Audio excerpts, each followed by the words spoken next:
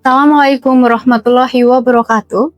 Om Swastiastu, Shalom, Namo Buddhaya, salam kebajikan dan salam sejahtera bagi kita semua. Perkenalkan, saya Dwi Fitrina Cahyaning Tias SAPMA, selaku salah satu dosen pada program studi Perpustakaan dan Sains Informasi Fakultas Ilmu Sosial dan Ilmu Politik Universitas Udayana. Saat ini saya sedang mengikuti sertifikasi dosen tahun 2026 dan video ini merupakan bagian dari pernyataan diri dosen dalam unjuk kerja Tridharma Perguruan Tinggi atau PDD UKT-PT khususnya pada bidang pengajaran. Sehingga di dalam video ini akan menggambarkan proses pembelajaran dan juga pengajaran yang ada di dalam kelas yang saya lakukan bersama mahasiswa. Mata kuliah yang saya ambil salah satunya adalah mata kuliah profesi pustakawan, di mana mata kuliah ini merupakan mata kuliah wajib prodi pada kode 24 TPPL 06Y005 dengan bobot sebanyak 2 SKS dan ditawarkan pada semester kedua. Perkuliahan dilaksanakan dalam 16 kali, di mana terdiri dari 14 kali untuk pertemuan tatap muka, 1 kali untuk ujian tengah semester, dan 1 kali untuk ujian akhir semester. Mata kuliah ini memberikan pemahaman mendalam mengenai pondasi filosofis, kode etik, sertifikasi, dan juga karir fungsional terhadap profesi pustakawan. Dan mahasiswa juga akan dibekali dengan kemampuan membangun personal branding agar siap menjadi pengelola informasi yang profesional, adaptif, modern, dan juga responsif terhadap perkembangan teknologi.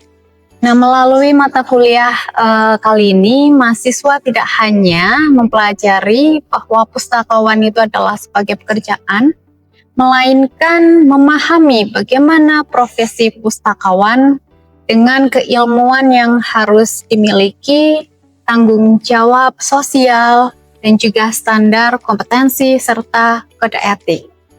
Adapun capaian pembelajaran pada mata kuliah ini mencakup 4 hal. Yang pertama yaitu mahasiswa mampu menjelaskan konsep dasar, filosofi, syarat, karakteristik profesi pustakawan. Dan yang kedua yaitu mampu menganalisis dan juga menerapkan kode etik profesi pustakawan serta prinsip dalam pelayanan informasi. Dan yang ketiga, mampu mengidentifikasi peran dari organisasi, profesi, serta dinamika profesi fungsional pustakawan yang ada di Indonesia. Dan yang terakhir, bahwa mampu merumuskan pengembangan diri melalui pemahaman standar, kompetensi, dan juga sertifikasi profesi.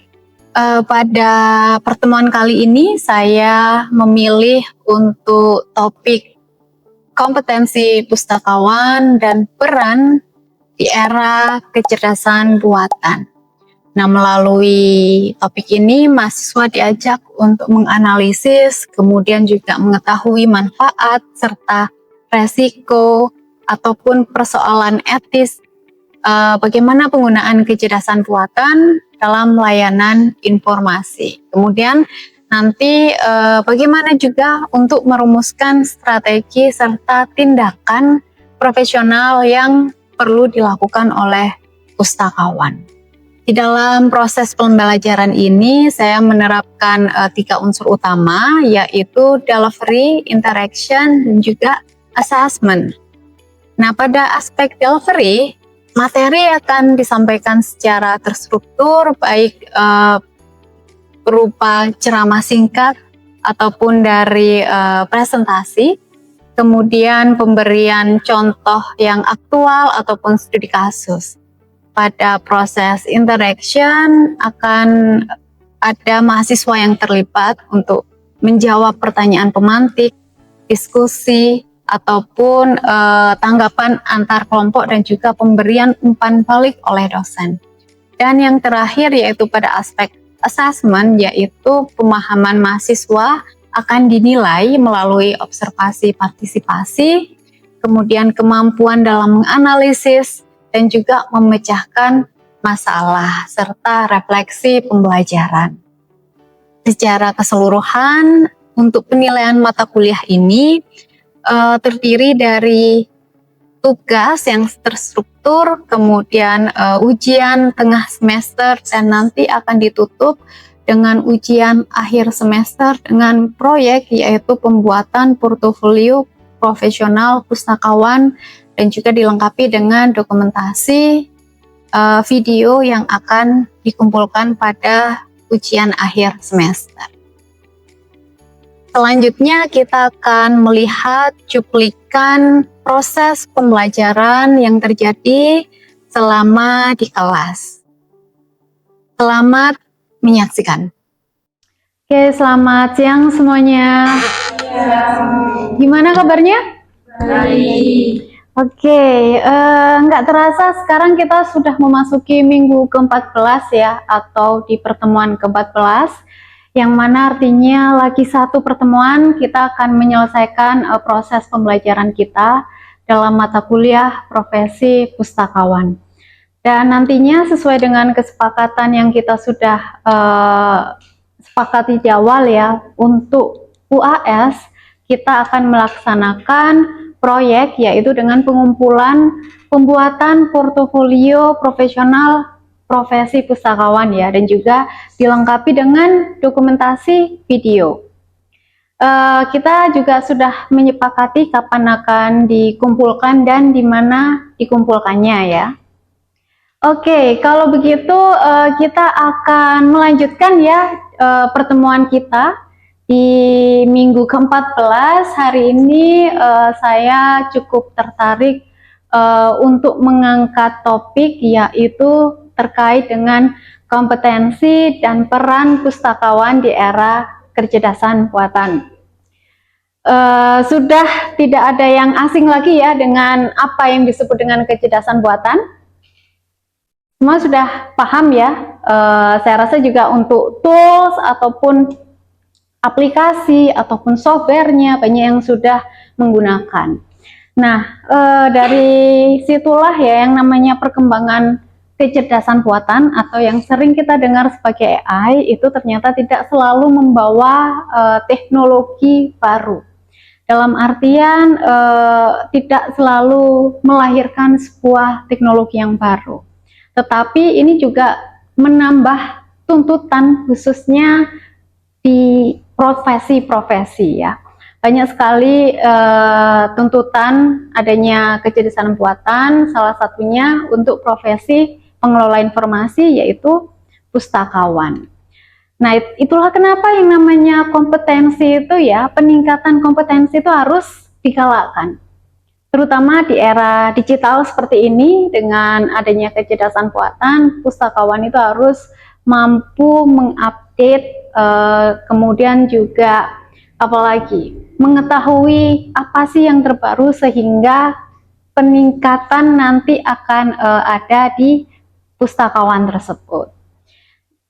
Selain itu ya, saya harap juga ketika kalian sudah menyelesaikan kelas hari ini, nanti kalian akan mengetahui ya. Yang pertama, kalian bisa menjelaskan apa sih yang perubahan dari kompetensi dari yang sebelumnya, kemudian setelahnya itu apa. Terlebih untuk kompetensi sekarang di era kecerdasan buatan ini.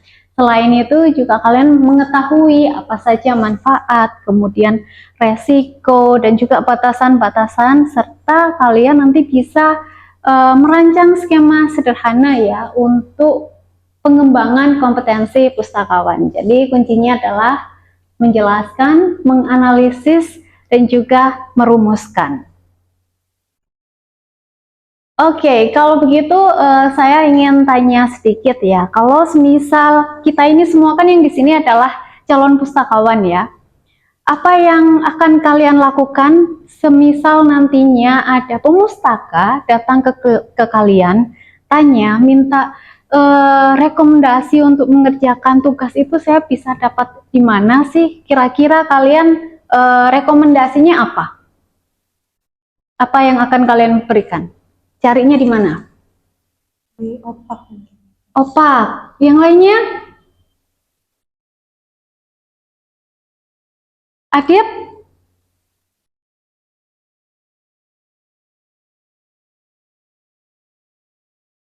Masih pakai buku?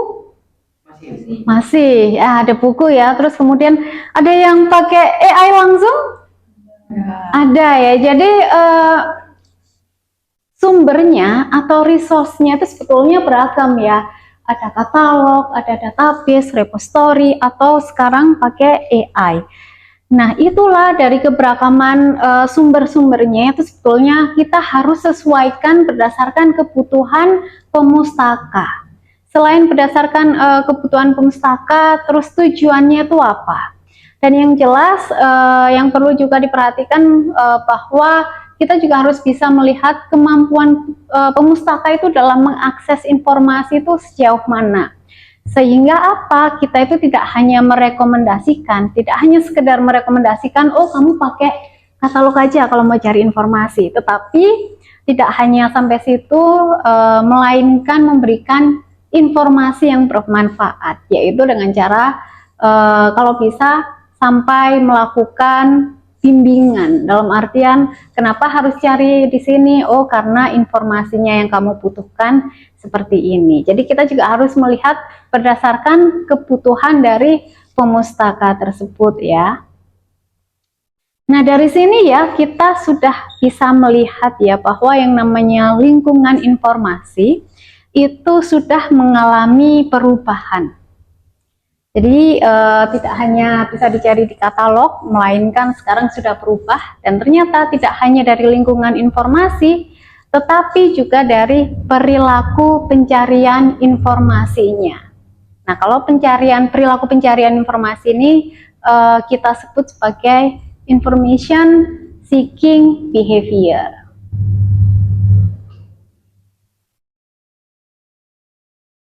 Oke, di sini kita sudah melihat ya adanya perubahan lingkungan informasi. Nah, perubahan informasi tersebut ya terus berkembang ya, dan ini ditandai dengan awalnya masih berupa manual. Kalian tahu adanya kartu katalog yang ditempatkan di lemari yang besar itu ya. Mungkin sekarang tidak banyak perpustakaan yang masih menyimpan kartu katalog tersebut, tetapi dari sinilah ditandai sebuah perubahan atau yang disebut sebagai evolusi teknologi yang ada di perpustakaan. Dari kartu katalog atau pengoperasiannya secara manual, terus kemudian adanya perkembangan sudah bisa kita akses melalui opak ataupun repository atau yang sering kita dengar dengan ini otomasi perpustakaan. Dengan berkembangnya waktu, kemudian teknologinya juga berkembang ya. Teknologi sekarang berkembang lebih pesat, tidak hanya otomasi. Sekarang kita mencari informasi itu sangat dipermudah dengan adanya search engine. Keberlimpahan informasi di ruangan lingkungan digital itu sangat dengan mudah kita temukan. Sampai akhirnya kita sudah ada di titik generasi yaitu generatif AI. Nah, dari sini ya, terutama untuk search engine dan juga generatif AI ini, kemudahan yang informasi kita dapatkan juga berpotensi untuk membuat kita information overload ya, karena terlalu banyak informasi yang kita terima itu tadi. Jadi tidak hanya lingkungannya, medianya juga berubah. Nah, tentu saja cara pencariannya itu juga merubah ya. Kalau kita kembali lagi ya, untuk manual itu harus dilakukan juga secara manual. Kita pakai kartu katalog, dicari satu persatu yang disusun secara alfabetis. Kemudian yang kedua, Berarti ini harus kembali lagi yang pertama, kita harus bertemu ke pustakawannya. Jadi human to human. Kalau masa otomasi perpustakaan ini sudah ada human to machine. Jadi sudah ada mesin yang memperterjemahkan ya. Jadi kita bisa pakai OPAC, kita bisa pakai database, sehingga pencarian informasi itu sudah bisa dilakukan secara mandiri mulai adanya otomasi perpustakaan sampai sekarang generasi generatif AI atau kecerdasan buatan tersebut ya. Kemudian tadi kita menyinggung terkait dengan perubahan pencarian, pola pencarian informasi atau yang disebut sebagai information seeking behavior, sehingga itu juga menuntut salah satu kompetensi dan juga peran dari pustakawan. Berbicara tentang kompetensi dan juga peran, ini keduanya saling terikat ya. Untuk kompetensi ini adalah apa yang kemampuan yang harus dimiliki, terus pengetahuan yang harus dimiliki, sikap yang harus dimiliki, itu berkaitan dengan kompetensi. Sedangkan kalau peran ini adalah fungsi dan juga tanggung jawab yang diemban oleh profesional itu tadi ya, salah satunya adalah pustakawan. Jadi di sini kita sudah dapat kuncinya ya, kompetensi adalah keterampilan, peran adalah tanggung jawab yang diemban. Sudah ada yang tahu penerapan AI di dalam perpustakaan itu meliputi apa saja? Apa Eka? Chatbot sih biasanya. Chatbot itu salah satunya ya. Tadi karena adanya perkembangan teknologi, akhirnya perpustakaan itu salah satu instansi yang adaptif ya terhadap perkembangan teknologi. Jadi kalau ada yang bilang perpustakaan jadul dan lain sebagainya, itu tidak sepenuhnya benar, bahwa teknologi itu sudah masuk di ranah perpustakaan itu cukup lama ya, sehingga beberapa penerapan AI yang ada di perpustakaan yang saat ini sudah kita bisa rasakan, salah satunya tadi apa yang dikatakan Eka, adanya fitur chatbot. Biasanya dipakai seperti contohnya adalah Ask Librarians itu ya, kalau mau tanya kita bisa menggunakan fitur tersebut. Nanti karena ini adalah sifatnya responsif ya, harus dilakukan cepat. Kalau yang menangani pustakawan secara langsung, pustakawan akan kehabisan waktu. Sehingga itulah kenapa penerapan AI salah satunya adalah chatbot itu bisa diterapkan di perpustakaan, khususnya di website perpustakaan. Selain itu, ada untuk merekomendasikan koleksi dan lain sebagainya. Dari situ kita sudah dapat sedikit gambaran ya, kira-kira apa sih kompetensi inti yang harus dimiliki oleh pustakawan? Apa? Kompetensi inti yang harus dimiliki oleh pustakawan itu apa saja? Ya, silakan Eka. Ya, jadi salah satu kompetensinya itu ada literasi AI, yaitu seperti memahami fungsi, batas, dan cara kerja AI itu sendiri. Kemudian ada juga etika dan data mengenai penggunaan AI. Ya, ada literasi AI ya, memang ini harus dimiliki oleh pustakawan zaman now gitu ya, di era kecerdasan buatan. Selain itu ada yang masih mau menambahi? Ada yang mau menambahi? Ya, silakan Mita. Mungkin evaluasi kritis Ibu. Itu seperti memeriksa akurasi dari informasi tersebut dan juga kolaborasi dengan tim teknologi. Ya, jadi itu tadi ya kompetensi inti yang harus dimiliki oleh pustakawan, beberapa diantaranya adalah literasi AI, terus kemudian bisa memverifikasi sumber informasi ataupun data. Sekarang kita tahu bahwa ternyata sepertinya AI itu kok memberikan kita referensi yang meyakinkan gitu ya, dengan cepat, kemudian responsif, tapi belum tentu kebenarannya itu bisa kita pertanggungjawabkan, bisa dipertanggungjawabkan. Nah, caranya bagaimana? Kita harus bisa memverifikasi informasi tersebut. Siapa tahu ada sumber referensi yang dia itu fiktif. Ketika diklik ada linknya jelas gitu ya, tapi ternyata setelah diklik tidak sesuai dengan apa yang kita minta. Kemudian selain itu ya, tidak kalah penting juga kompetensi peran pustakawan di era AI ini yang harus dimiliki adalah bisa menjadi navigator. Peran pustakawan itu sekarang sudah mengalami pergeseran, di mana yang awalnya mereka itu penjaga koleksi, ya, penjaga informasi, sekarang tidak lagi disebut penjaga dan juga penjaga koleksi maupun informasi, tetapi navigator informasi. Jadi seperti guiding gitu ya, membantu pemustaka untuk bisa menemukan informasi secara tepat gitu ya.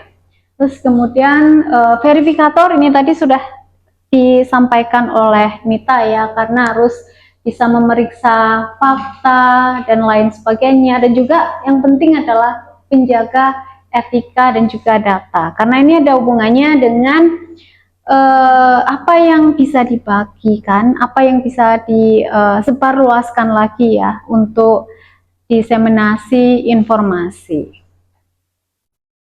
Nah, untuk itu dengan peran pustakawan yang semakin luas ini ya,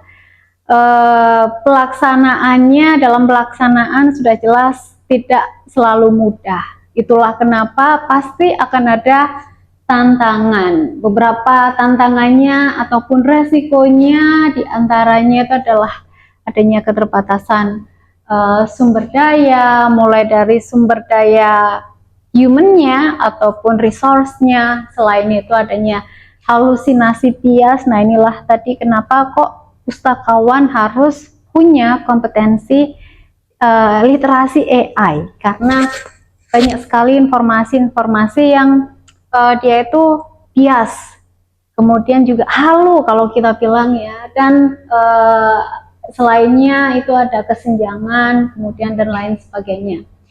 Mitigasinya kita tinggal lihat ya, kalau misalkan adanya keterbatasan, bagaimana sih kita bisa memaksimalkan dari keterbatasan tersebut.